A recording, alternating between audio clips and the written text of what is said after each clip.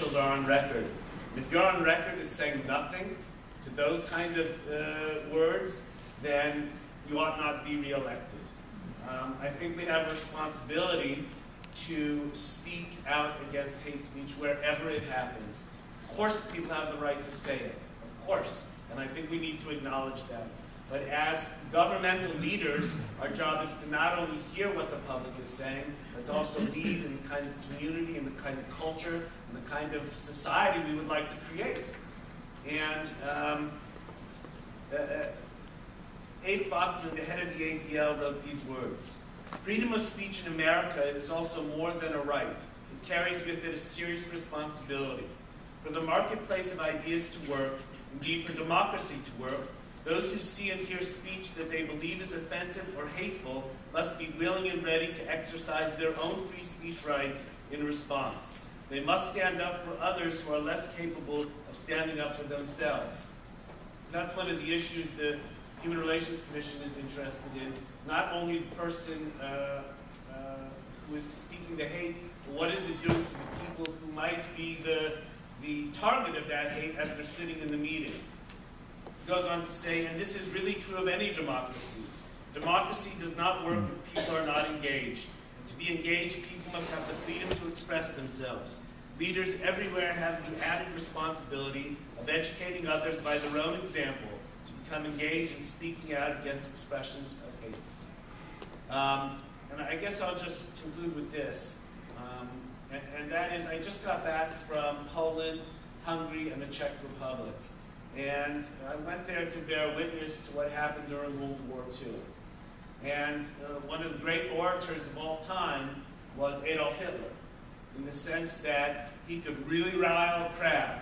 He really knew how to get people going.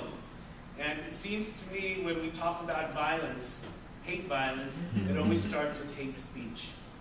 And I think as a government, as leaders, we have a responsibility to speak out against it. So I would advise just the opposite. When you're in a city council meeting and you hear people spewing hateful things about religion, race, sexual orientation, those things, you have an obligation to stand up and to be heard that you disagree with that, and that's not the kind of city you want to live in. So thank you for hearing me out. I hope I expressed myself clearly.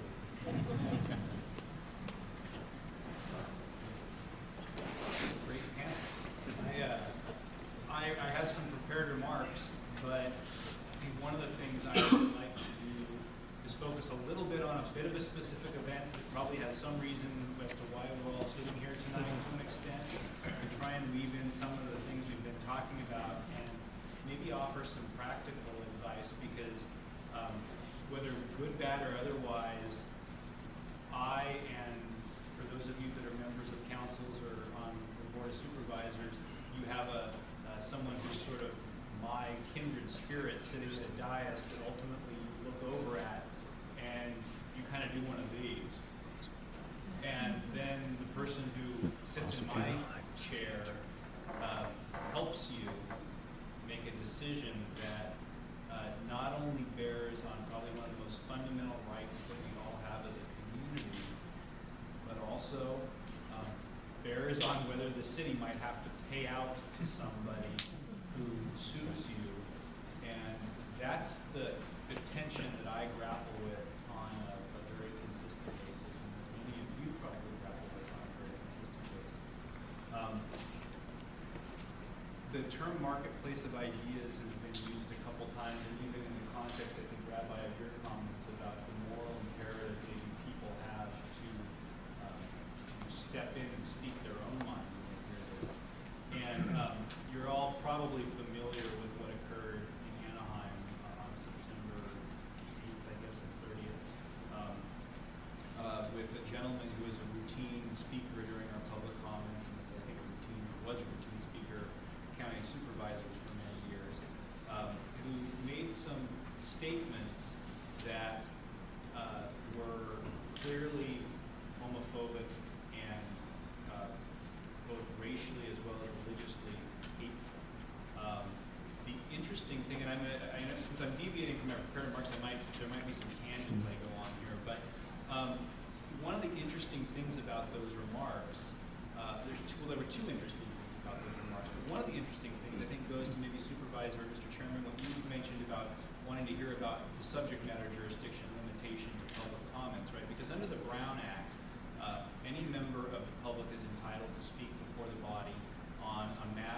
that's on the agenda or within the subject matter jurisdiction of the body. And I think you as practitioners of being in meetings and running meetings, you need to see that there is a very slippery slope with deciding that something is not within the subject matter jurisdiction of your body. And what happened in Anaheim, I think, is a good illustration of that. Someone starts talking about good Jews and bad Jews, and how most Jews are good Jews, but some Jews are not good Jews. And one might say, well, that has nothing to do with Anaheim, or with any city for that matter. And then it comes to so you might be inclined as a presiding officer to look over at your city attorney or county council, or to look over, or maybe on your own say, Mr. So-and-so, you're out of order. And then it comes in. And then there are people like council member so-and-so. Well, he's one of these bad Jews. Instantly, the subject matter jurisdiction of the city has been tied in and talks about a public policy issue that's before the body. So there's a sensitivity there that really can make it difficult. Now, obviously, a gentleman who is talking about a criminal case in Los Angeles, I mean, if they were articulate enough, you could probably get them to get to a subject matter issue having to do with court funding in the county of Orange or something, and that's why a city attorney or a county council isn't going to want to. It's going to want to pull you back from that ledge, probably. But that's a different situation than a person making racially insensitive remarks about a council member who is voting a particular way. So that's sort of one, I think, example or illustration. The next illustration goes to the marketplace.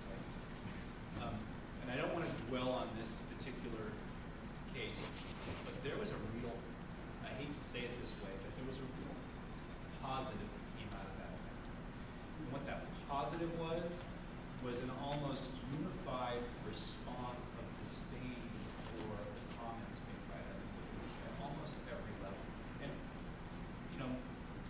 many of us have to be very neutral about how we approach that, because ultimately, we're the ones, some of us who are attorneys and represent these bodies, have to try and advise in a neutral way. But you watched what happened after that meeting, in the following meetings that have been held. The calming effect of what that has done to the community has been somewhat impressive. There's been universal rejection of those types of statements. There's been a much more calmed approach at meetings, and I think you see actually a lot more decorum that has resulted from something like that, because there has been somewhat of a collective moral outrage at what has occurred. I want to spend some time talking about some practical approaches too, because one of the things that you want to know is what you can do to proactively speak against that. And both Bartis and the rabbi made some interesting points. You have free speech rights as council members, as board members. You do not shed that cloak of free speech by sitting on that dais.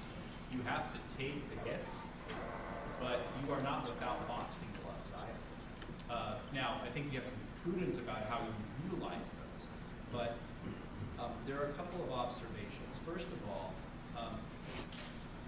if personal attacks are made against members of a body, you usually have a right to raise a point of personal privilege and respond to those. As a practical piece of advice, I would recommend that you allow the person who's levying those attacks to finish their 3 minutes so you don't give them more ammunition. Exert your right of personal privilege after they are done, because guess what? When their 3 minutes are up, they don't get to talk anymore. And guess what? You guys get to talk as long as you want. So that's one piece of practical advice. The second is what we did in Anaheim. A very good recommendation of one of our members was to bifurcate our public comment, or our council member comment periods. I don't know when you all have your council member comments. Usually they're towards the end in most cities.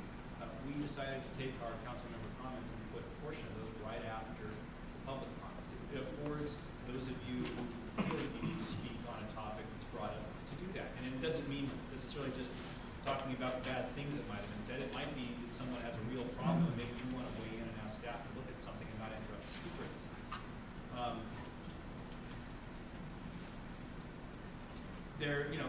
A chair, as the presiding officer of a body, has the right to interrupt interrupt speakers that are speaking off topic. The chair can use that gavel to knock someone off their cadence. If you feel, I mean, it's not allowing them to finish is certainly a must if they're within topic, but a chair can use that gavel in a way to also show what I would characterize sort of as a body's displeasure at the speech. Now, I think we need to be careful about that, though, for a lot of the reasons that actually most everybody here on this dais has reflected, which is, allowing speech is generally a good thing.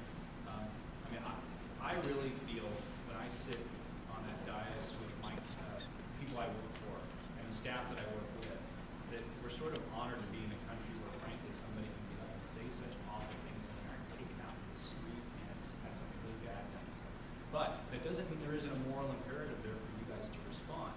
And another thing I'd like to offer is working with your city attorney or your county counsel or your legal advisor to put them in the hot seat on making those tough calls. Because what happens is a tense situation arises really, really quickly. It's probably going to develop with very little warning unless it's somebody who you sort of routinely as the person who sort of drums up the crowd.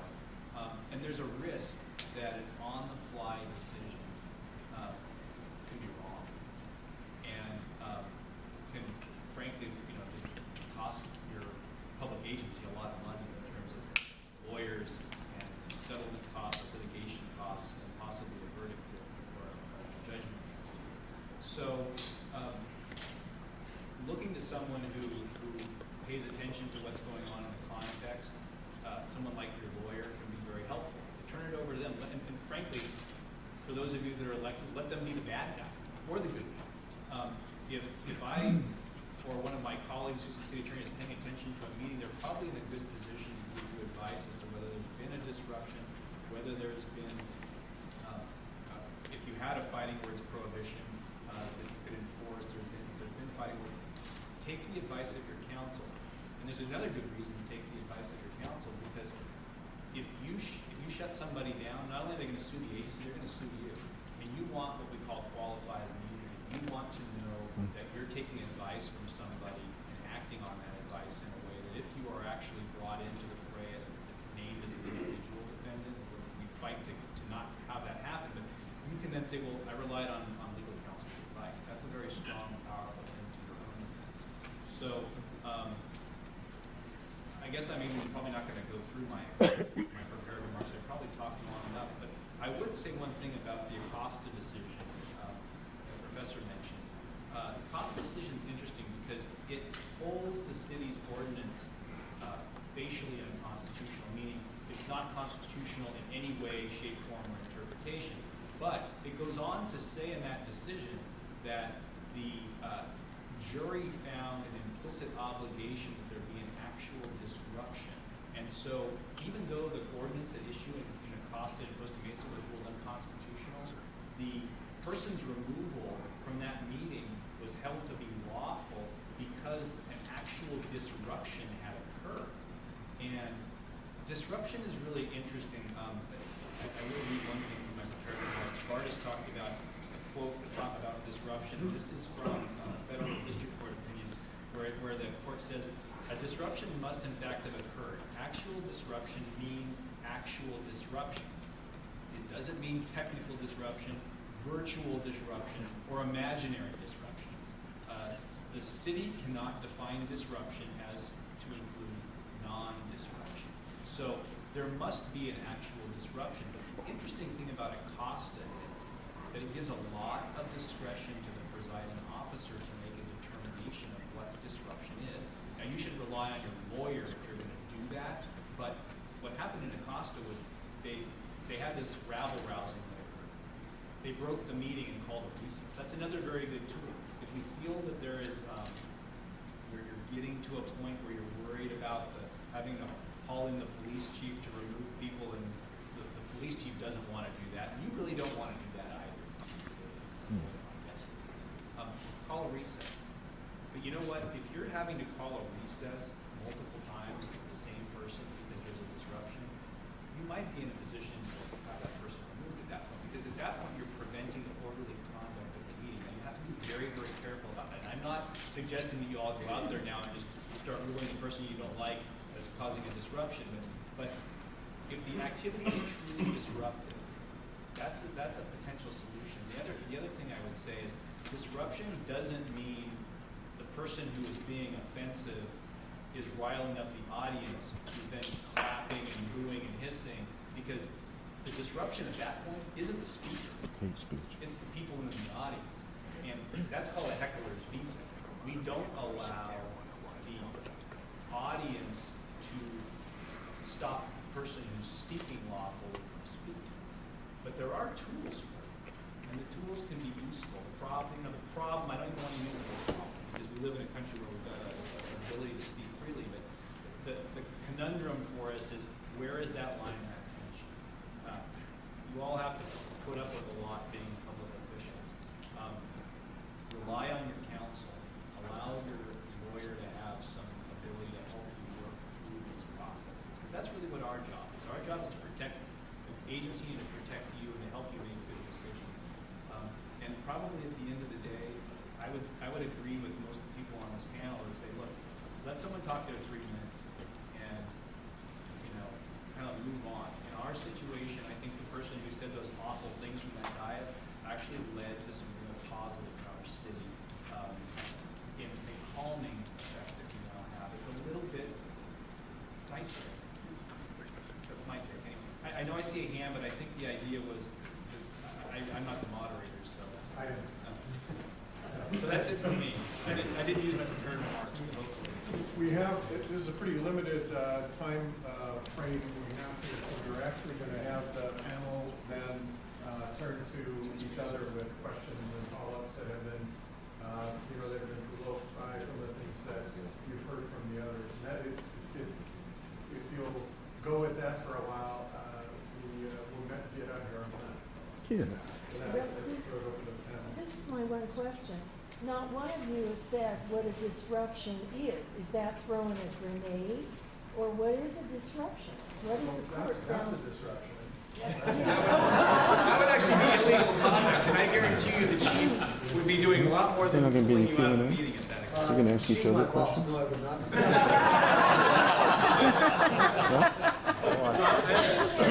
I think the comments are absolutely fabulous, but I'm wondering, okay, what does constitute a disruption? And I'm thinking of things that have happened in our council chamber that I would consider disruption, but not after listening to you. Well, let me, if I can find the Anaheim Municipal Code provision that I'm looking for. Our municipal code defines what a disruption is. Do you want to comment on that, Marcus, or? No, you go for it, because I will.